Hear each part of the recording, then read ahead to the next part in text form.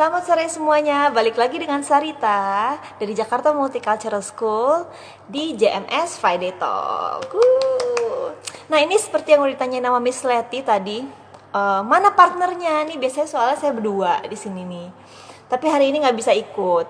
Jadi saya hari ini sendirian untuk mengadakan JMS Friday Talk hari ini. Jadi mudah-mudahan lancar ya. Udah agak nervous juga karena udah lama nih nggak nge-host sendirian. Dulu awal-awal nge-host sendirian terus dapat partner, udah happy banget kan dapat partner, taunya ya sendirian lagi. Oke, nah kita sedikit bahas minggu lalu, enggak minggu lalu sih. Oh, Rabu lalu kita udah bikin JMS Talk Special Edition. Nah, kalau misalkan mamis atau kakak-kakak, adik-adik yang masih ketinggalan, Rabu lalu sebenarnya ada apa sih, sesinya gimana sih? Nah, itu bisa langsung cek di Instagram kita di @jakartamulticultural.school di bagian IGTV, atau soon nanti akan segera juga kita upload di official YouTube account kita di Jakarta Multicultural School. Jadi Rabu lalu di special episode kita udah lihat behind the scene dari home based learning di JMS dan juga virtual school tour. Jadi nanti mamis bisa lihat tuh guru-guru di balik layarnya tuh sebenarnya gimana persiapan mereka, terus mereka gimana prosesnya di kelas ngajarnya, dan udah juga pastinya, aduh maaf ya ini ada suara-suara karena kita lagi juga renovasi di sekolah. Jadi kemarin kita di virtual school tour kita juga membahas tentang fasilitas-fasilitas baru di JMS gitu. Kalau misalkan ketinggalan jangan lupa cek di IGTV kita ya di @jakartamulticultural.school. So if you miss out the session last Wednesday, do not hesitate, just check our official Instagram @jakartamulticultural.school, or we are going to post it soon on our official YouTube account Jakarta Multicultural School. Nah, karena hari ini saya nggak ada partner saya, jadi biasanya saya berdua. Saya pakai bahasa Indonesia, lalu partner saya biasanya pakai bahasa Inggris. Jadi, tapi jangan khawatir, sebisa mungkin saya akan mencoba memprovide dua bahasa tersebut. Mudah-mudahan nggak salah translate, karena partner saya nggak ada. So anyway, if you have any questions in English, and even though you don't speak English, bahasa Indonesia at all, do not hesitate to just drop your questions below. Then I'll do my best to translate your questions in bahasa. So hopefully I can provide both languages, even though I'm doing it myself. So sebentar lagi akan bergabung bersama kita tamu kita hari ini kita masih membahas new normal. Jadi saya dengar banyak cerita gitu dari mamis ya. Aduh, pusing nih di rumah, anak-anak online, terus mungkin ada kerjaan juga, belum harus ngurus pekerjaan rumah juga gitu. Nanti anak-anak juga harus dibimbing belajarnya, mungkin harus bingung harus gimana, dan mungkin secara mental anak-anak juga nggak ketemu teman-teman, bilang mami aku kangen sama teman-teman dan lain-lain. Jangan khawatir, hari ini akan kita bahas kupas tuntas, sharing langsung dengan tamu kita yang sangat spesial, yaitu psikologis dari Rumah Sakit Mayapada. Nah, akan bergabung bersama kita sebentar lagi Ibu Dr. Anda B. Arianti Carolina MSI, yang merupakan juga psikologis dari Rumah Sakit Mayapada, untuk bergabung bersama kita untuk sharing. Jadi kalau misalkan mamis mau kasih pertanyaan dan lain-lain, nanti bisa langsung ditanyakan langsung ke ahlinya nih. Mumpung ini kesempatan bagus nih untuk nanya-nanya. Nah, mungkin dari kemarin juga udah sempat lihat kalau kita akan ada giveaway. Tunggu aja, ikuti terus sesinya, nanti akan kita sebutkan cara mendapatkan giveaway-nya. Oke, sebentar lagi akan saya invite. So, we're going to invite our guest speaker today, Ibu Dr. Anda B. Arianti Carolina MSI, psychologist from Mayapada Hospital, to join us on the line. Nih, go Yellow Ranger. Thank you, Miss Karen. Halo, Ibu. Halo, Halo. Ibu. Selamat datang. Terima kasih Ya, banyak, Ibu, sudah bergabung bersama kita hari ini. ya, Mungkin sama-sama. di sini mamis, parents atau kakak-kakak, adik-adik belum kenal nih sama Ibu. Mungkin bisa silakan Ibu perkenalkan diri dulu.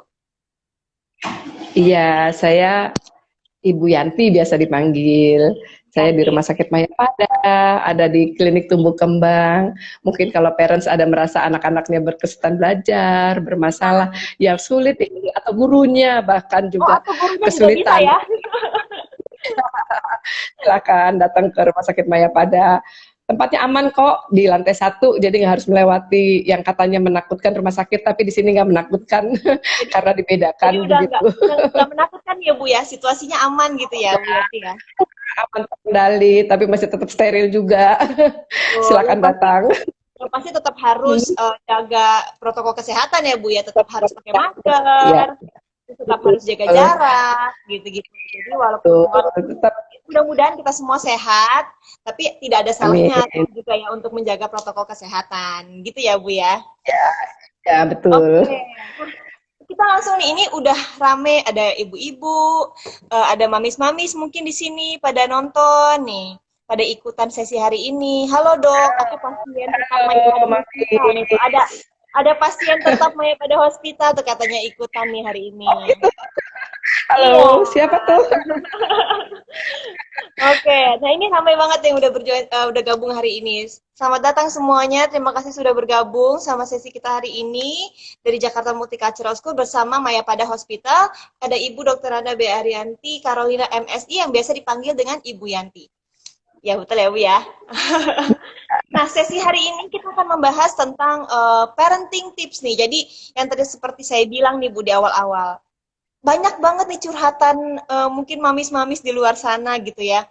Aduh pusing nih gimana anaknya mana mungkin nggak ketemu teman-teman juga, terus anaknya juga mungkin bingung mau ngapain lagi di rumah. Sedangkan mamis juga selain ngurusin anak-anak juga harus ada mungkin yang kerja kantor harus kerja kantoran juga, atau mungkin mereka juga harus ngurus rumah. Jadi pastinya tidak mudah gitu ya Bu ya untuk melalui masa-masa pandemi seperti ini gitu. Nah, aku mulai nanya dari pertanyaan pertama dulu nih, aku penasaran banget. Jadi ini kan tahun ajaran baru sekarang nih udah mulai nih Bu Yanti. Nah, menurut Bu Yanti sendiri, sebenarnya ada nggak sih kemungkinan, kan si anak pasti kan dia online, nggak ketemu teman-teman, hanya di depan laptop aja, ngerjain tugas dan lain-lain. Ada nggak sih dampak secara psikologisnya mungkin untuk si anak itu sendiri selama masa pandemi ini? Apalagi ini sekarang udah 4 bulan ya berarti ya, kurang lebih udah 4 bulan, hampir mau 5 bulan gitu. Iya, dampak psikologisnya pasti ada ya, dan kita semua mengetahui ya, bukan cuma anak-anak, kita juga ya pasti ada dampak psikologi. Dan itu hanya satu kata dampak psikologisnya. Apa itu? Bosan, ya kan? Nah, Iya benar. sering kali iya, kita semua bosan, orang tuanya bosan, anak-anaknya juga bosan ya. Betul. Lalu kenapa bisa bosan, terutama anak-anak? Aktualisasi diri menjadi terbatas ya. Apalagi Hmm. anak-anak motornya juga ya, lalu sosialnya terbatas ya. Yang biasa seneng ketemu teman-teman, jadi nggak ketemu teman-teman begitu. Yang biasa eksplorasi ke sana kemari, lari sana sini ya, jadi terbatas ya. Hmm. Nah, lebih-lebih lagi ini apa namanya, rutinitasnya juga terputus ya. Itu memang nggak mudah ya. Biasanya pagi-pagi bangun sekolah, lalu kita ini apa namanya, pulang sekolah ada kegiatan lain ya. Ini semua berubah Biasanya sibuk anak-anak secara ini ya. kenapa? Biasanya anak-anak nggak Ya, kalah sibuk sama orang tuanya biasanya. iya betul. Ada les, Sibuk dari ada orang apa. tua. Ya, sibuk banget ya. Secara kognitif anak-anak nggak akan terganggu ya. Secara kognitif nggak terganggu karena apa? Anak-anak juga tetap bisa belajar, bisa baca. Apalagi anak-anak sekarang ya jago banget ini internet lah apa gitu, komputer ya. Pokoknya ini apa sangat sangat sangat konsentrasi dengan ini ya apa namanya digital ya. Lalu juga bacaan-bacaannya bisa eksplorasi secara kognitif. Tapi terbayangkan anak-anak terbatas untuk eksplorasi secara motorik ya. Sehingga hanya kognitifnya aja. Nanti kalau udah sampai klimaksnya, akhirnya bosan, apa yang terjadi? Marah-marah, ya kan? Marah-marah, lalu yang dicari nggak dapet, begitu. Bukan cari benda loh, kalau zaman dulu cari benda gitu, ngumpet-ngumpet begitu ya, nggak dapet. Kalau sekarang nggak, cari sesuatu yang dalam pikirannya itu, lalu dia explore dengan ini apa laptopnya, nggak dapet, bisa marah, gitu ya. Lalu anak tidak kehilangan rutinitasnya ya. Kehilangan rutinitas itu juga ini apa terganggu juga loh untuk si anak ya. Dan itu membuat anak juga ini apa namanya, untuk mengerjakan tugasnya juga jadi berbeda gitu ya dari biasanya begitu ya. Biasanya dalam pengerjaan tugas itu kan anak juga ada tuntutan untuk kompetisi dengan teman, ada pengakuan dari teman juga gitu, entah dari ada kebanggaan kalau dia bisa dapat nilai. Sekarang enggak begitu ya. Lalu juga misalnya pagi-pagi berangkat, lalu pulang sekolah, lalu ada kegiatan-kegiatan lain. Nah, itu juga sangat mengganggu ya. Lebih lagi adalah yang sangat mengganggu apa? Apa tuh? Kesempatan untuk interaksi sosial, ya kan? Interaksi sosial itu sangat penting loh untuk anak gitu loh. Karena bukan hanya kemampuan kognitif yang diperlukan ya untuk seseorang berkembang, tapi bagaimana anak juga bisa berkembang dengan dia bisa bersosialisasi begitu. Dunia nggak akan tahu bahwa dia hebat kalau dia nggak punya kemampuan untuk berinteraksi sosial, ya kan? Betul, Karena betul. dunia akan tahu kalau dia akhirnya juga berani bisa menampilkan kemampuan kognitifnya, talentanya begitu. Makanya ya itu tadi yang saya bilang bahwa dampak psikologisnya ya sangat besar untuk orang tua dan juga untuk anak ya. Oke. Oke, jadi memang ternyata dampaknya adalah terutama untuk anak-anak sendiri ya, mereka jadi kurang bisa bersosialisasi dengan teman-temannya. Jadi mungkin skill sosialnya juga itu bisa berpengaruh ya dok ya. Jadi untuk skill sosial juga jadi berpengaruh. Terus nanti terutama kan kalau misalkan anak-anak biasanya banyak bergerak kalau di sekolah lari-larian sama temennya dan lain-lain itu juga jadi bisa berpengaruh. Rutinitas yang biasa dilakukan misalkan pulang sekolah ada les atau apa sibuk gitu kan itu juga semua berpengaruh. Jadi perubahan itulah yang pastinya akan mempengaruhi psikologis si anak sendiri itu ya tentu ya. Ya, Gitu. ada waktu serius dan ada waktu santai. Sehingga sekarang kan kalau nggak kita hati-hati memilah kan kapan waktu santai, kapan waktu serius, bingung juga gitu loh. Jadi bias gitu Iya, ya. Kalau iya. biasanya kan waktu serius dan waktu santai. Lalu kalau ada waktu kosong, anak bisa menikmati waktu santainya gitu. Ibu juga bisa seneng gitu ya. Aduh, ada Iya. waktu santai gitu. Nah, kalau sekarang semua nggak jelas gitu ya waktu-waktunya Iya begitu. betul betul betul. Jadi waktunya juga apa mungkin kalau kayak saya pribadi ya dok ya, oh yang bekerja gitu, kita pun jadi kerja kalau misalkan di rumah gitu jadi nggak tahu waktunya gitu. Batasnya kadang tiba-tiba malam juga masih ada meeting gitu kan. Jadi Nah, itu dia. alurnya berantakan dan pola tidur juga berantakan. Nanti biasanya tidur bangun Betul. pagi udah siap-siap ke Jadi kantor siang, jadi malam iya.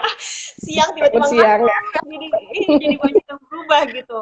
Nah ini Harusnya ada meetingnya, ada meetingnya sedikit harusnya pertanyaan nih office dok. hour ya. Iya Mhm. betul. Nah ini ada sedikit pertanyaan nih dokter, apakah belajar jika ditunda akan menghambat kecerdasan si anak? Nah tuh pertanyaannya. Begini, iya belajar itu kan prerequisite ya, dan belajar itu kan ini ya apa harus juga mempelajari yang awal untuk juga bisa dapat pelajaran yang berikutnya. Kalau pelajaran yang awalnya ditunda, ya pasti untuk pelajaran berikutnya akan tertunda juga gitu.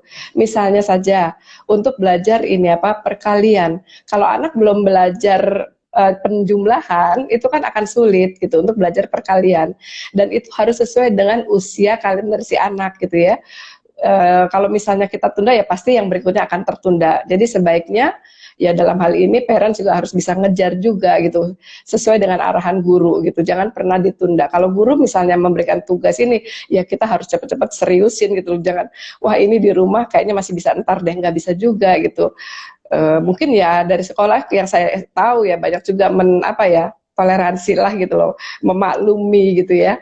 Tetapi sebenarnya itu juga merugikan anak karena anak itu kan berjalan terus, setiap waktu pasti ada perubahan begitu.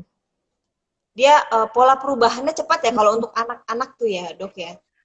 Pola perubahan anak-anak itu cepat banget banget cepat. Jadi kalau misalnya ini apa belajar juga belum lagi kalau kita berhadapan dengan anak-anak yang katakanlah IQ-nya tinggi.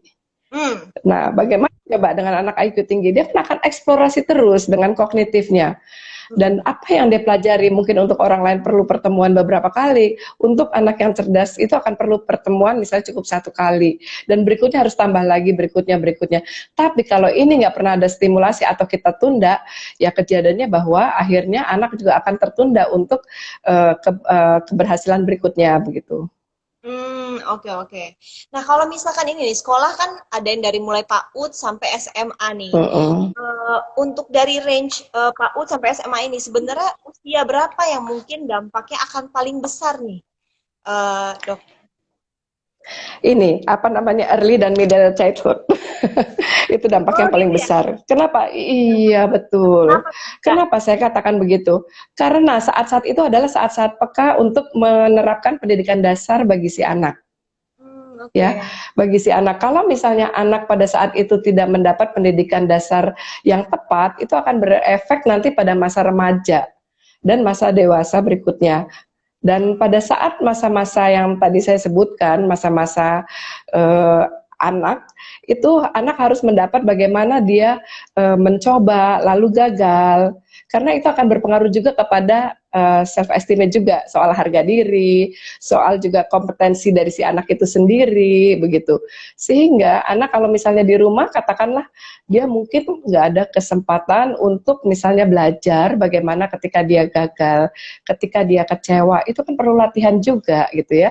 Lalu bagaimana ketika dia gagal, ketika kecewa, lalu orang tua atau guru intervensi di sini.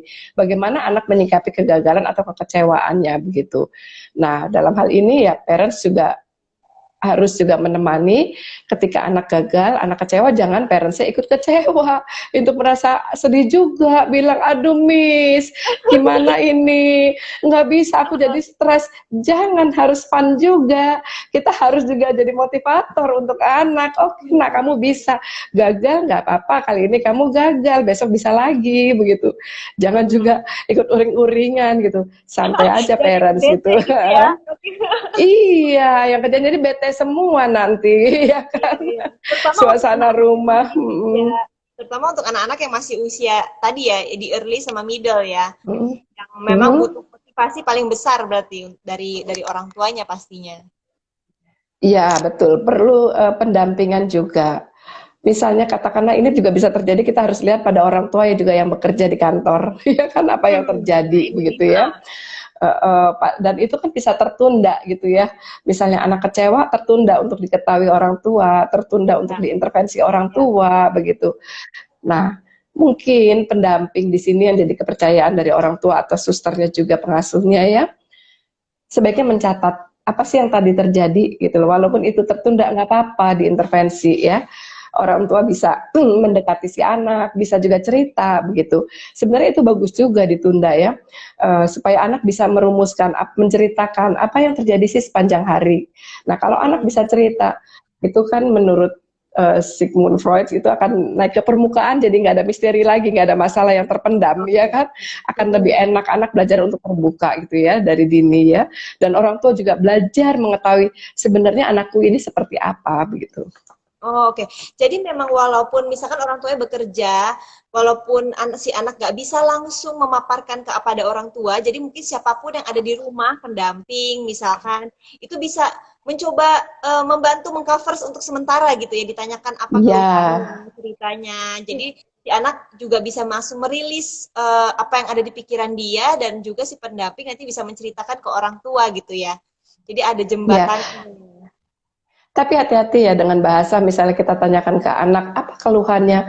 Ada loh anak yang nggak bisa merumuskan apa yang dirasakan dan apa yang dipikirkan, ya kan? Nggak bisa mengekspresikan.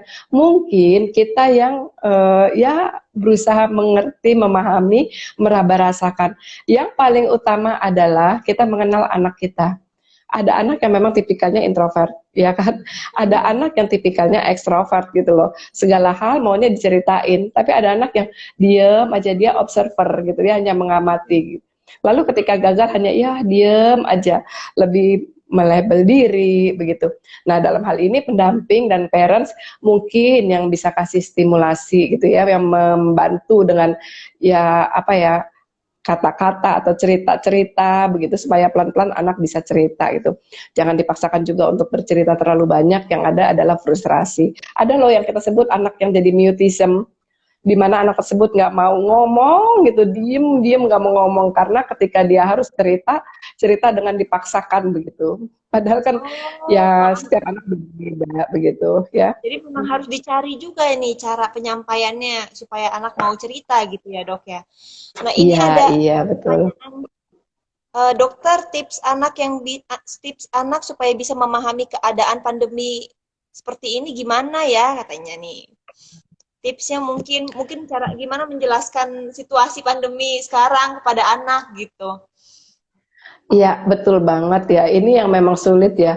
Mungkin ini tantangan juga ya untuk yang mendengar acara kita ya. Dalam arti bagaimana sih mensosialisasikan pandemi ini pada anak-anak ya. Ini Menjelaskannya nih. penting banget. Kita kan orang dewasa aja bolak-balik itu susah banget gitu. Ada yang anggap enteng ya kan. Ada yang nggak gampangin begitu. Ada yang begini begitu pendapatnya beda-beda ya nggak. Apalagi anak-anak ya. Ya mungkin Mm-mm. begini. Ini memang sesuatu yang sekali lagi abstrak ya. Jadi begini, anak bisa kita lihat konkret aja tuh, lihat di jalan semua orang pakai tutup mulut gitu ya, pakai masker gitu ya. Kenapa? Karena takut ada virus-virus yang nggak kelihatan mungkin dengan bahasa anak gitu ya, sehingga orang juga takut keluar rumah.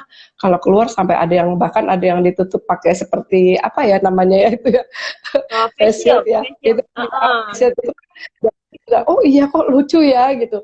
Kenapa kok seperti ini ya pakai ini ya? Karena mereka takut, ya, takut kena virus-virus yang berterbangan, sehingga anak-anak harus di dalam rumah begitu. Kalau Jadi mau keluar itu harus ditemani begitu, nggak boleh keluar sendiri begitu. Lebih baik banyak di rumah. Ya mungkin banyak cara-cara lain ya untuk juga memperkenalkan pandemi itu pada anak begitu. ya, jadi memang harus dicari bahasa yang sederhana mungkin ya. Iya, Kalau kalau sesederhana kita mungkin dan dikomplikkan.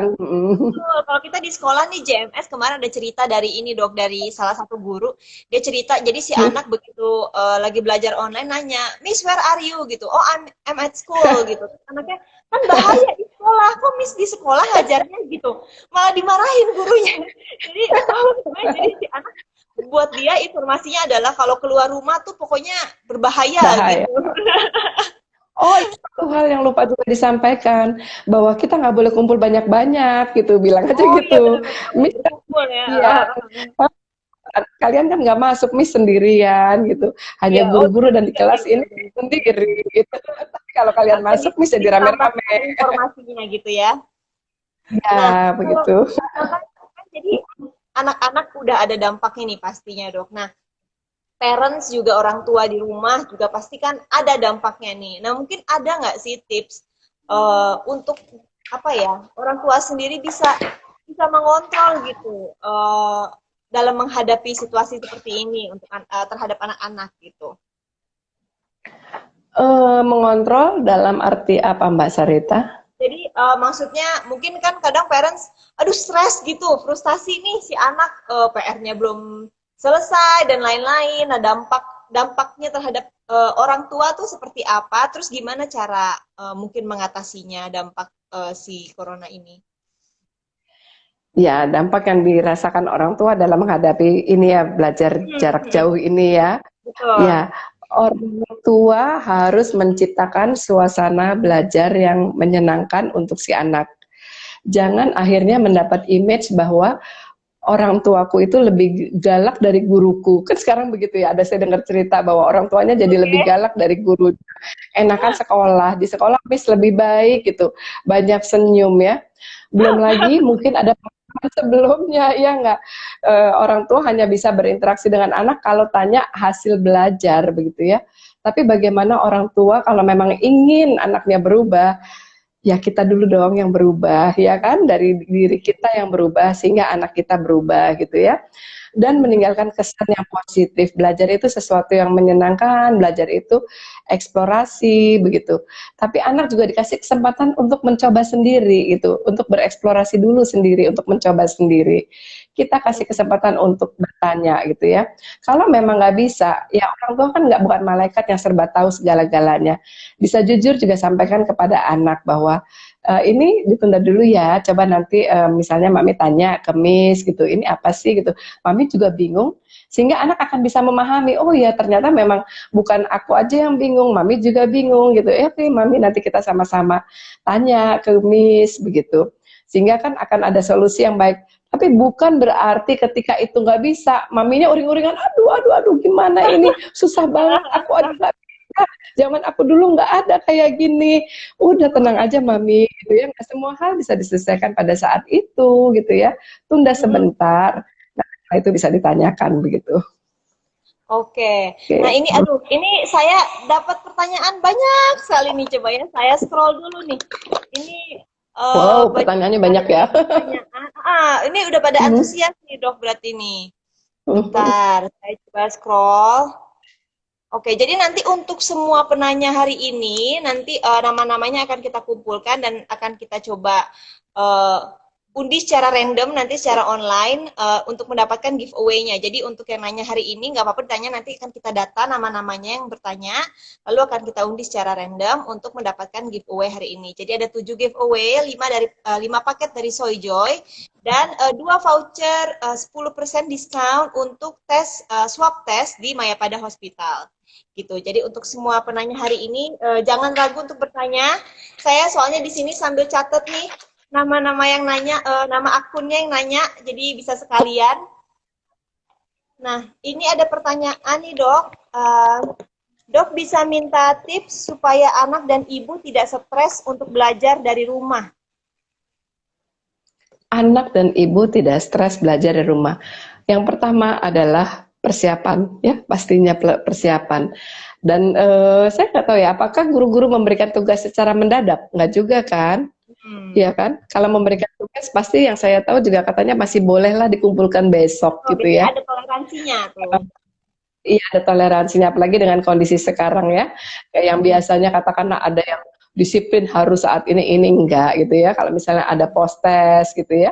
Biasanya kan dikumpulkan untuk besok gitu ya. Nah, orang tua juga bisa mencuri start gitu ya. Mencuri start adalah misalnya ketika mendapat informasi dari sekolah ya sungguh-sungguh itu diseriusin dipelajari gitu ya. Dipelajari lalu ketika belajar bersama anak orang tua paling tidak ya sudah mengetahui materi-materi yang akan disampaikan juga gitu ya dan bisa Hmm. menjelaskan dengan fun ya. Lalu juga gini, ada satu hal untuk bisa menjelaskan dengan happy ya, dengan fun adalah bahwa kita harus mengenal gaya belajar anak ya. Gaya Hmm. belajar anak mungkin Miss Arita udah tahu ya bahwa ada yang dengan visual ya, Oh, ada yang dengan auditori, kinestetik ya dan nah kita harus lihat gitu ya. Kalau misalnya untuk anak-anak yang visual, ya dia juga harus perlu ada yang orang tua kreatif juga membuat alat peraga atau berencana mencari ya dok ya. gambar-gambar. Iya betul. Tapi sebaliknya ada anak dengan tipikal yang auditori ya, Hmm. yang misalnya dia bisa auditory memorinya akan lebih baik kalau dia mendengar gitu ya. Coba gunakan juga misalnya cerita yang menarik gitu ya dengan ini apa namanya nadanya juga yang bisa lebih menarik begitu tidak dengan nada datar gitu ya itu membosankan nggak usah ini anak orang dewasa aja kalau kita dengerin orang cerita dengan nada datar aduh rasanya kan udah nggak Ngantuk. betah ya betul. Benar-benar benar. Coba Benar. cerita dengan yang menarik gitu. Lalu juga ketika kita intervensi gitu untuk anak-anak SD, mungkin ya SD kelas 5, kelas 6, kita mulai intervensi pada materi yang sulit. Ya di sini orang tua coba deh pendekatan dengan tidak beban emosi, orang tua juga harus fun gitu ya, Mm-mm. dan bisa kontrol dirinya. Mungkin juga orang tua juga harus ini apa siap dulu dengan dirinya. Itu yang paling penting dengan secara psikologis ya. Mm. Siap dulu dengan segala macam permasalahan. Dalam arti bisa memilah, menyingkirkan dulu sebentar masalahnya. Sehingga ketika ketemu anak, dia akan bisa lebih fun, lebih happy, begitu ya. Mm-mm. Nggak misalnya anak itu disamakan atau si maminya ingat pekerjaan kantor, ingat bahwa ini ada kerjaan yang belum selesai, lalu sementara anaknya juga tanya gitu ya, teriak gitu, wow si mami bisa heboh, ya udah deh Jadi pecah ikut perang stres dunia deh. semua jadinya ya. nggak nggak seperti itu gitu, Iya, iya, harusnya iya. ya oke. Nah Jadi ini yang emang sering kejadian bener banget. dari orang Akan tua di sendiri rumah akan juga terjadi. harus harus ini ya dok, harus tahu cara apa yang terbaik. Jadi apakah anaknya visual, apakah anaknya auditori, jadi bisa menyesuaikan supaya daya Nah, tangkapnya juga lebih cepat gitu ya. iya betul. Nah ini ada Tapi pertanyaan lagi. Ya boleh dilanjutkan dulu dok. tapi juga anak perlu dilatih ya bagaimana anak juga untuk belajar seperti situasi di kelas juga. Ada saatnya memang anak ya duduk dulu gitu, mendengarkan satu arah dari misalnya dari guru, itu harus dilatih gitu ya, harus juga dibiasakan gitu ya. Lalu juga nanti ada masa yang dimana ya active learning gitu, lalu bisa dijelaskan ya seperti tadi yang terkait dengan visual, auditory dan kinestetik begitu. Oke. Nah, Ya. kita ini pertanyaan selanjutnya, dokter, apakah jika anak selama di rumah tidak belajar, daya tangkapnya bisa berkurang, katanya? Apakah berpengaruh dengan daya tangkap nih? Eh, Ya, so pasti ya kalau anak nggak pernah belajar, nggak pernah ada pengalaman ya, pasti kan ini ya, apa sesuatu yang dia ketahui jadi sedikit ya, Tidak sehingga terlatih ketika juga ya, dia dok, akan, ya, jadinya ya? iya tidak terlatih. Coba deh kita kalau misalnya kita nggak baca juga kan, kita juga yang orang dewasa juga akan mundur ya, nggak, tidak Mm-mm. terlatih. Harapkan anak juga tetap harus dilatih gitu, dan dilatih juga dengan situasi dan kondisi sekolah juga ya, dan untuk perlu dilatih seluruhnya, bukan hanya motoriknya aja, tetapi juga bagaimana ini apa kemampuan berpikirnya, menyerapnya, kemampuan juga ekspresi verbalnya itu harus dilatih juga gitu ya. Hmm. Bagaimana anak memahami apa yang sudah dia pelajari begitu. Ya memang sih ya itu kalau itu nggak dilatih kebayangkan akan mundur kan. Bisa jadi anak itu pintar tetapi nggak sesuai dengan usia kalender. Nah, yang terjadi di Rumah Sakit Mayapada, saya intervensi untuk anak-anak seperti ini. Ketika di psikotes, IQ-nya tinggi, tetapi hasil belajarnya nggak bisa maksimal karena banyak faktor gitu yang hasil belajarnya nggak maksimal. Nah, ini kan akan menyulitkan sekolah juga gitu ya. Andaikan misalnya mau dilesin ke sana kemari, malah akan bumerang juga si anak ini gitu loh. Malah akan jadi masalah yang bertubi-tubi gitu. Padahal basicnya mungkin anak tersebut pernah ada pengalaman belajar yang tidak menyenangkan begitu. Oke, oke. Jadi memang basicnya tetap harus dilatih ya, walaupun Harus misalkan dilatih. seberapa besar pun dampak apa misalnya selama online ini kan anak-anak belajar di sekolah, berarti tetap peran orang tua di rumah pun untuk bantu melatih anak tuh juga penting berarti ya, Dok ya. Betul. Nah, Banyak sih yang nggak usah repot ya orang tua ya. Sebenarnya sekarang asal orang tua bisa jadi manajer yang baik ya untuk orang, untuk anaknya ya.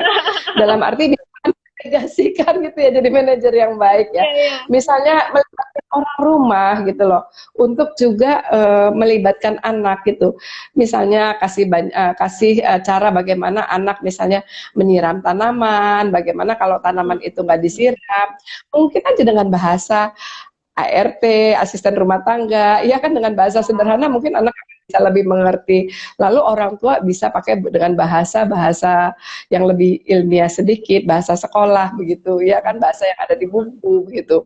Lalu juga misalnya dengan driver, dengan orang di rumah deh, asal orang tua di sini kuncinya cuma satu, punya kepedulian begitu. Hmm. Kepedulian apa yang dibutuhkan oleh si anak itu aja, harus peka dan punya kepedulian. Oke, oke. Nah, ini ada pertanyaan juga, Dok, bagaimana ya Dok mengatasi anak yang sudah mulai jenuh karena harus belajar di rumah dan tidak bisa ketemu dengan teman-temannya, memberikan pengertian seperti apa yang baik untuk anak, katanya. Iya, mungkin juga bisa dalam hal ini temannya juga bisa ini ya, apa namanya, bisa kita bisikin maminya ya, biasanya kan ini ya dengan kalau misalnya temannya yang mengatakan gitu ya, atau misalnya maminya temannya yang mengatakan bahwa aduh kamu udah jenuh ya gitu, iya nih ini juga udah jenuh gitu, tapi gimana ya kita semua sama-sama nggak bisa keluar ya gitu. Ya mungkin akan lebih enak ya dibandingkan memang orang tua yang selama ini kan hanya komunikasi dari orang tua begitu ya, itu akan membuat anak juga mungkin kehilangan kepercayaan gitu ya dengan orang tua bahwa paling mama cuma nggak boleh nggak boleh nggak boleh, karena kan selama ini yang kami kan hanya banyak aturan, misalnya ini boleh ini enggak, ini jangan itu boleh Udah gitu ya, pesimis duluan hanya anaknya ya Dok ya.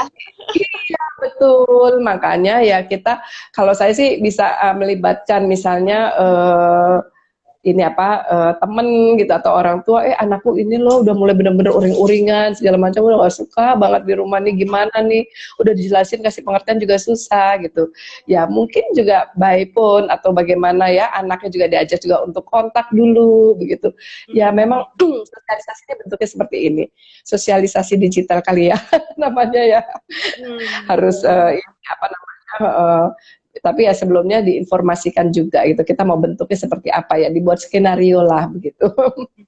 Jadi nggak Mungkin kalau langsung temennya kasih aja nih tahu, ini handphone gitu ya, langsung diajarin, nggak gitu, tetap harus ada metodenya gitu ya dok ya. iya. Nah ini berkaitan sama topik soal tadi mungkin kita mendidik soal dalam hal digital nih. Ada selamat sore, dok. Saya mau tanya. Jadi saya pending anak saya untuk sekolah karena seharusnya anak saya TK tahun ini. Tapi saya merasa via daring itu kurang efektif untuk anak TK. Nah, karena saya lagi menghindari gadget pada anak. Nah, ini gimana nih, dok? Sebentar Mbak, ini kelepas nih Mbak. Ya. Aduh, kalau dia memang usia kalendernya udah harus sekolah di TK, sih sebaiknya sekolah aja loh, nggak apa-apa kok gitu. Dan Kalau kita lihat online nggak masalah ya, dok ya? nggak apa-apa walaupun online gitu ya. Ya, ya kita nggak bisa menghindari bahwa kita hidup di era teknologi ya. Kita nggak bisa menghindari itu gitu ya. Dan fakta bahwa anak ini perlu mendapat stimulasi gitu ya. Dan stimulasi yang efektif itu kan ya perlu yang apa tugas-tugas perkembangan, lalu tugas-tugas sekolah itu kan justru sekolah yang bisa memberikan begitu. Sayang banget kalau itu ditunda. Kalau memang usianya katakanlah sudah 4 tahun di bulan-bulan antara Januari sampai Juli itu udah usia 4 tahun lebih, ya suka atau nggak suka tetap harus masuk sekolah, ikut program sekolah, lalu orang tua yang melaksanakan. Ya kalau soal misalnya anak nggak diizinkan untuk gadget dan lain-lain begitu ya, itu kan bisa kita yang memilah-milah. Bisa dengan bahasa sederhana, oke sayang, kamu hanya boleh pakai laptop kalau kamu ini online. Kalau enggak, ya sayang disimpan. Pasti anak akan mencoba dengan defense-nya, anak pasti akan nangis, akan berontak gitu, akan uring-uringan. Ya jangan terpengaruh, biarkan dia marah, wajar aja kalau dia kecewa, dia bisa mengekspresikan marah. Tapi kita dengan bahasa, oh ya sayang ya, oke, yuk kita bisa apa gitu, bisa makan kesenangannya dia begitu. Itu pun pernah saya alami. Saya juga nggak setuju ketika anak harus apa PS ya, PlayStation ya, dan Oh iya iya biasanya benar. kan Waduh. kan main PlayStation ya, papi-papi tuh seneng. Saya bilang, oke, mami berikan kamu PlayStation karena mami sayang sama kamu, pengen kamu oke, bisa cerita sama teman-teman kamu. Tapi kalau akhirnya ini mengganggu kamu, sorry ya sayang ya, mama simpen. Jadi maminya simpen di dalam lemari, ya kan dikunci dengan nada datar, pasti dia akan marah. Ya saya juga nggak akan terpengaruh dengan marahnya dia gitu. Jadi jangan goyah juga ya, sebagai Jangan orang tua juga jangan goda. sampai goyah gitu ya. Ya Karena ini harus beberapa konsisten ya aturan. betul. Karena ini ada beberapa komentar juga nih terkait soal gadget tadi. Jadi rata-rata sempat komentar, ini kalau gadgetnya diambil soalnya anaknya tantrum, anaknya ngamuk-ngamuk. Nah ini gimana kalau anaknya ngamuk? Nah itu tadi berarti ya dok ya, harus dari orang tuanya juga harus Ya berusaha tidak. mungkin pada awalnya, Mm. iya pada awalnya pada saat masa baby, misalnya pada di apa batita ya di bawah 3 tahun ya, pada saat itu anak menangis, orang tua respons keinginan anak. Sehingga anak mengenal, oh ya kalau dia tidak dipenuhi keinginannya, dia akan menangis. Dan menangis sedikit, itu masih belum dipenuhi, dia akan tantrum. Makin lama makin meningkat. Nah, kalau itu orang tua kalah, ya dia akan terus begitu. Dan dia akan lakukan itu. Dan makin lama makin meningkat begitu. Hati-hati loh, anak adalah observer yang baik, tapi sekaligus anak adalah manipulator yang ulung. Justru Oh anak itu iya akan iya. memanipulasi orang tua. Jadi orang tua harus pinter-pinter ya, sekarang cerdas loh. Seperti itu. Iya iya benar-benar. Kadang kalau saya pribadi punya keponakan tuh dia suka nanti pura-pura tidur, tapi padahal dia ngeliatin gitu, duh, diperhatiin. Jadi ada aja emang akalnya ya, dok. Sekarang Ya. anak-anak tuh. Nah ini ada pertanyaan lagi nih. Bagaimana juga dok supaya orang tua bisa memfasilitasi anak yang kinestetik, dia biasa bermain di luar, tapi tiba-tiba sekarang stay at home ketika masa pandemik. Begini, saya rasa kalau misalnya main di luar dalam keadaan sepi, misalnya katakanlah kita batasin ya sore hari aja kita bawa keluar ya, itu masih boleh lah untuk anak-anak yang kinestetik memang stres juga ya. Lalu kita bawa keluar misalnya pagi atau sore gitu ya. Kita kasih tahu anak kalau misalnya pagi kamu boleh di luar, asalkan lapangan misal ataupun taman itu ini apa memang sepi, nggak banyak orang begitu ya.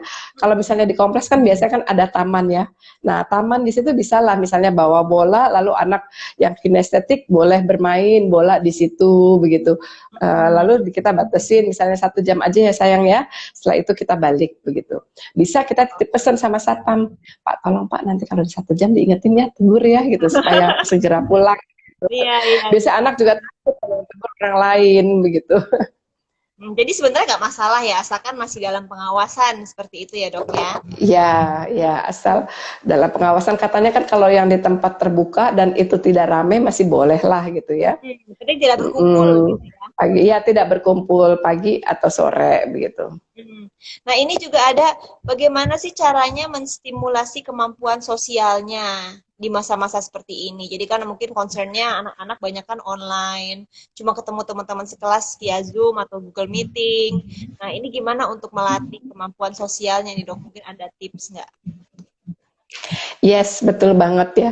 Kemampuan sosial ini yang kasihan untuk anak-anak yang terlahir saat ini ya. Dalam arti bukan terlahir saat ini, pada masa kanaknya di saat pandemi ini ya. Memang ini kan sangat-sangat diperlukan ya untuk kemampuan sosial ya. Dan apalagi untuk anak-anak misalnya usia 3-4 tahun, kan aku-akuan ya. Itu kan harus muncul pada saat dia ini apa berinteraksi dengan temannya ya, bagaimana dia juga harus bisa berbagi supaya egosentrisnya itu juga tidak semakin berkembang begitu ya. Itu memang nggak mudah begitu ya. Lalu juga bagaimana dia harus juga ketemu teman supaya dia juga nggak jadi apa ya panik atau takut atau cemas ketemu orang lain. Jangan-jangan nanti orang lain dilihat seperti monster ya, cuma maminya aja yang ada di bumi ini ya. Nah, mungkin bisa juga kalau misalnya kita janjian lah dengan temen ya, itu misalnya ya di luar seperti tadi ya saya bilang di taman, misalnya cuma 2 atau maksimal 3 ya, janjian, lalu itu bisa berinteraksi sebentar, tapi tetap dengan memperhatikan protokol kesehatan. Ya, tetap memperhatikan protokol kesehatan, lalu bertemu dengan teman dengan masing-masing membawa mainan.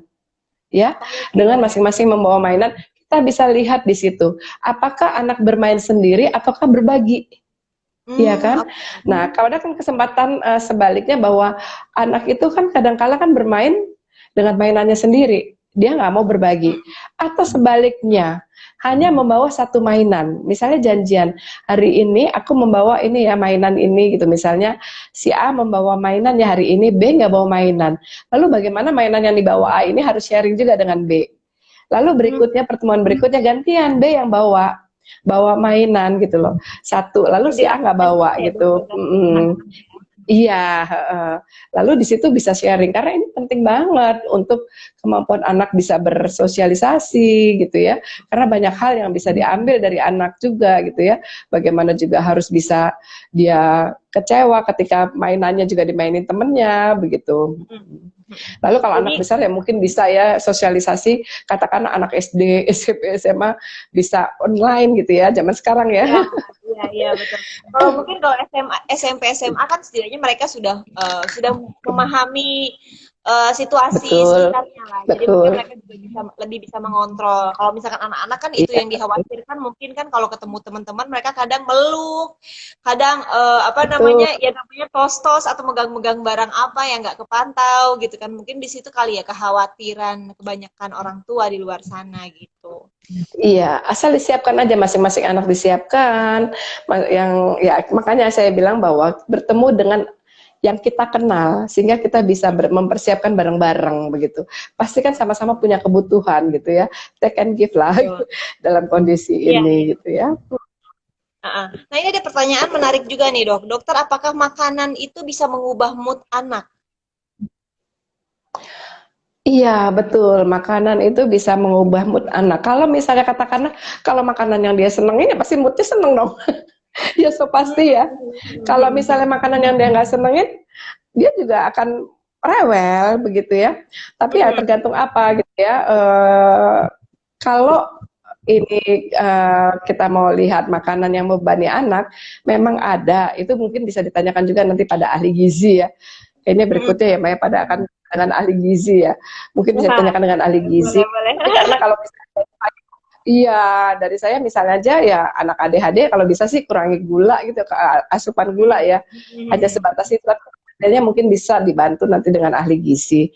Hanya saja ya memang sekali lagi bahwa makanan itu ya bisa memang mempengaruhi mood dari anak itu sendiri. Nah, ini juga Ya. ada pertanyaan menarik, Dok. Apabila ada orang tua yang menerapkan pendidikan otoriter, namun anaknya justru malah semakin tidak mau mengikuti. Lantas, apakah hal tersebut berpengaruh pada karakternya di masa dewasa? Iya, pola asuh itu memang ada beberapa faktor ya. Ada yang tadi disebut otoriter. Ya, sekarang lawannya dari otoriter apa? Permisif. Hmm. Otoriter kita maksa semuanya harus ikut aturan dari Hmm. parents ya. Semua harus ikut aturan. Sementara permisif, is okay, boleh, biarin aja dia lagi coba-coba kok, nggak apa-apa, boleh, semuanya boleh begitu. Lalu minta apa boleh? Aduh, aku takut dok kalau anakku dan kecewa gitu, jadi aku kasih aja, kasihan dok. Ya, dia kan akan kecewa juga di kelas pun nggak semua bisa dipenuhi segala keinginannya begitu. Nah, benar banget kalau yang otoriter akan membuat anak juga belajar dari pola asuh orang tua. Oh ya, kalau untuk mencapai keinginan atau harapan atau tujuan harus dengan cara otoriter. Dengan cara mungkin otoriternya ini di sini misalnya memaksa begitu. Dengan cara memaksa. Nah, ya pasti anak akan menduplikasi pola asuh orang tua. Ingat loh, anak observer yang baik. Ya kan, dia akan meniru semua yang dia ini apa dapat dari orang tua. Guru pertama di dalam dunia pendidikan adalah orang tua, ya. Sehingga orang tua dalam hal ini harus banyak belajar. Kalau misalnya itu sudah terjadi, apakah terlambat? Gak ada kata terlambat. Kalau orang tua mau belajar mengubah, karena seringkali bahwa pola asuh itu juga dipengaruhi oleh karakter. Yang katanya karakter itu susah untuk berubah. Tapi kalau di sini ada cinta, bahwa saya mencintai anak saya, pengen anak saya berubah, pasti tentunya orang tua juga mau berubah. Cinta kan bisa mengubah segalanya, katanya begitu. Ya, tentunya orang tua juga bisa mengubah karakternya. Yang dia marah, dia akan tarik napas dulu, harus handle dirinya dulu, lalu juga setelah itu bisa berinteraksi dengan si anak begitu. Saya nggak bisa memaksakan bahwa orang tua harus dengan pola asuh yang sama, yang seragam.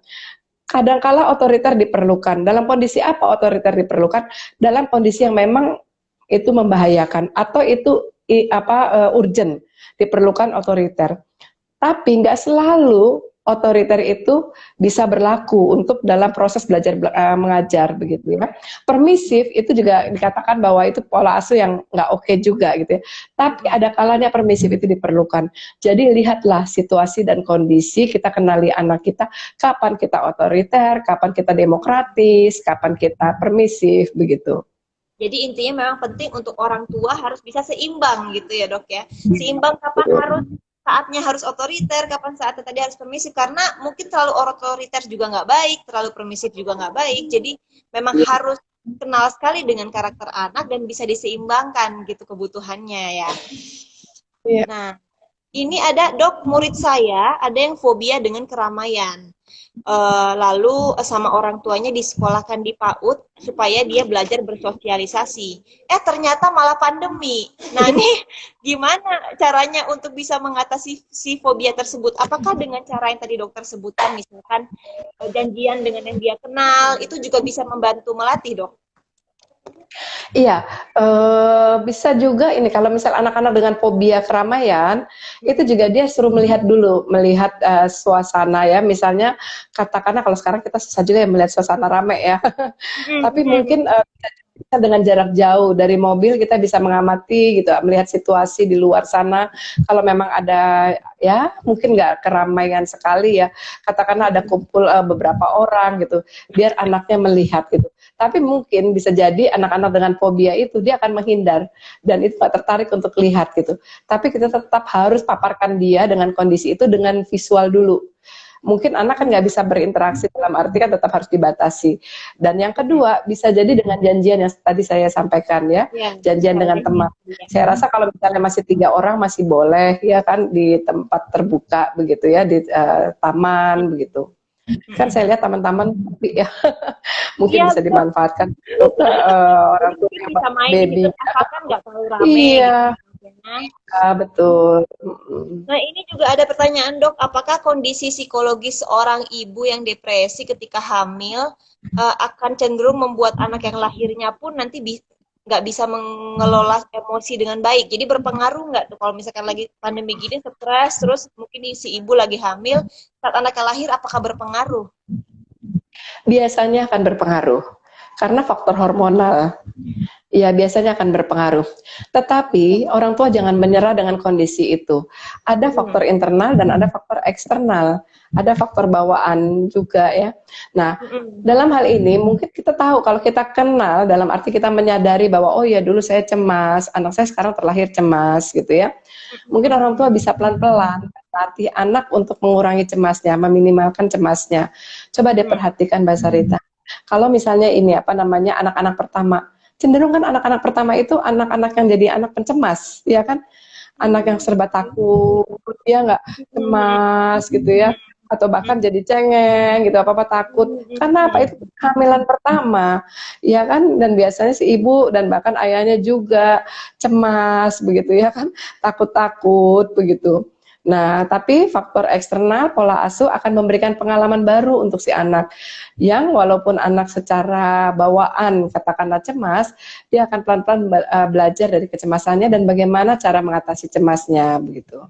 Jadi sebenarnya seiring bertumbuhnya anak tuh masih bisa dibimbing lagi ya dok ya. Jadi Iya, jangan betul. khawatir. Jadi mamis di rumah sana mungkin juga jangan sampai khawatir begitu anaknya lahir, pasti masih bisa dibimbing lagi. Apalagi saat masih usia Iya, tadi early sampai middle kan masih bisa dirubah gitu ya iya, dok ya.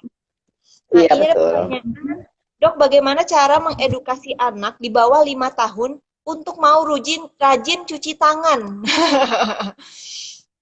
Nih. Udah oke, sebentar kita tunggu nih. Sepertinya ada gangguan sinyal. Ya, oke, sudah masuk. Nah, ini ada pertanyaan dok. Iya. Untuk anak usia 5 tahun, gimana caranya supaya mereka mau rajin cuci tangan? Ini mungkin eh, sederhana pertanyaannya, tapi lumayan lumayan terjadi memang ya di Iya, lingkungan kita. bayangin kalau setiap kali orang tuanya si mami harus ini ya cerewet ya, ayo cuci tangan, ayo cuci tangan, ayo Hmm, cuci tangan. hmm, hmm, Lama-lama ya udahlah cuekin aja gitu ya kan. Begitu. hmm. Yang ada bahwa orang tuanya action. Pegang tangan anak digandeng lalu kita ini apa namanya bawa ke wastafel gitu ya. Lalu kita ini apa ajak cuci tangan begitu. Mm-mm. Jadi ya memang ya kadang-kala juga ada anak yang ya bukannya ada anak ya banyak anak juga nggak telaten ya untuk hal-hal seperti itu ya. Kita orang Betul. dewasa masih oke, tapi anak-anak kan nggak telaten kayak gitu ya. Ya Hmm. orang sekitar lah kita gerakan juga bahwa kita perhatikan setiap kali dia misalnya mau pegang bahwa orang orang dewasa, orang sekitar rumah itu harus bisa ini apa bawa anak untuk rajin cuci tangan. Tapi bukan dengan kata-kata terus loh, dengan action itu lebih Dikasih penting praktek begitu. gitu ya dok ya. Iya, praktek. Kalau dengan kata-kata kan akhirnya perang saudara ya. Anaknya juga kesel, kesel, kebayang kayak lo kayak gitu, gitu. Iya, iya, iya, betul. Nah, ini, ya ampun, ternyata ini kita durasinya udah mau 1 jam nih, dok. Udah 55 menit. Biasanya soalnya kalau Instagram join live, kita cuma bisa maksimal 1 jam. Kalau nggak, ntar dia off sendiri. Jadi mungkin saya masukin satu pertanyaan lagi. Tapi jangan khawatir, semua yang udah nanya pertanyaan, udah saya catat satu-satu, walaupun nggak semua disebutin pertanyaannya, karena ini antusiasmenya ternyata cukup besar nih, dok. Jadi banyak sekali pertanyaan yang masuk. Saya tampung nama-namanya semua untuk nanti mendapatkan kesempatan giveaway. Jadi nanti stay tune aja langsung di Instagram @jakartamulticultural.school untuk tahu pengumumannya melalui IG Story. Nanti akan kita posting. Ini pertanyaan terakhir dok sebelum kita tutup. Ada pertanyaan dok, pembentukan karakter pada anak itu sampai usia berapa tahun? Pembentukan karakter yang paling peka adalah sampai usia pra remaja. Karena masa-masa itu yang dimana ya masih pra remaja. Kalau remaja itu sudah mulai masa-masa ini apa identitas diri ya, berusaha menemukan identitas diri ya. Tapi kalau untuk karakter itu sampai pada para remaja, ya paling mudah deh sampai kelas 6 SD gitu ya. Itu dari mulai ini apa namanya sebenarnya dari nol ya, nol anak tuh udah belajar loh dari nol, lalu sampai pra remaja sampai kelas 6 SD. Bagaimana anak juga kita latih juga untuk karakter itu apa sih? Bagaimana anak bisa sabar, bagaimana anak bisa juga menunda begitu ya. Nah, itu kan semua belajar dari kecewa gitu ya, bagaimana anak mengatasi kekecewaannya begitu. Bagaimana anak juga belajar berkomunikasi gitu ya. Tidak komunikasi dengan teriak-teriak, tidak komunikasi dengan ngegas bahasa anak sekarang ya, dengan marah, dengan emosional. Kalau itu dilakukan oleh orang dewasa ya sekali lagi anak akan mencontoh. Sekali lagi saya titip pesan untuk parents, sekali kita memutuskan menjadi orang tua, di situ kita harus menanggalkan segala handicap kita, segala kekurangan kita, kelemahan kita. Kita harus belajar, belajar, belajar terus. Karena anak itu mendewasakan kita menjadi lebih baik lagi.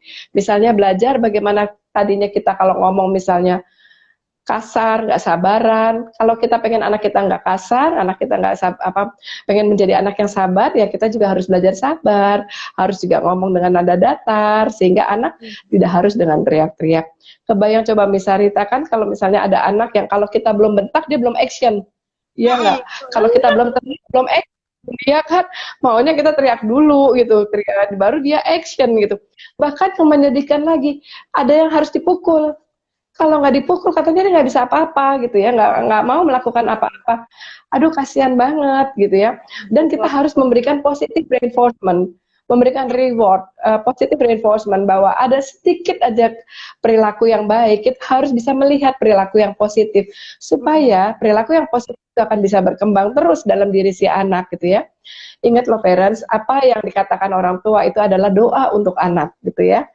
Jangan misalnya kita bilang, aduh kamu nakal banget sih, aduh kamu susah diatur. Itulah yang terjadi begitu. Kalau kita itu nggak mau terjadi, kita akan selalu bicara yang positif pada si anak. Berikan positive reinforcement begitu. Oke, jadi itu penting sekali untuk orang tua di notes ya, untuk terus apapun situasi hari ini, apapun situasi sekarang, kondisi sekarang, orang tua juga harus tetap memberikan energi positif untuk anak-anak, harus tetap ditahan egonya, harus tetap sabar, supaya tetap bisa bantu anak-anak bersama-sama menghadapi masa-masa berat seperti ini, gitu ya dok ya. Nah ini mohon maaf sekali waktunya sudah habis, mungkin kurang sebenarnya karena banyak sekali pertanyaan yang masuk. Terima kasih atas antusiasmenya semua. Sekali lagi saya berterima kasih kepada dokter, dokter Ya, yang terima kasih sudah hadir bersama kita hari ini. Mudah-mudahan nanti next time kita bikin sesi selanjutnya lagi. Nah nanti jangan lupa untuk yang memberikan pertanyaan nanti cek langsung di Instagram @jakartamulticultural.school untuk pemenang giveaway-nya. Oke kalau gitu saya tutup sekarang. Terima kasih banyak Ibu Yanti. Selamat sore semuanya. Terima kasih.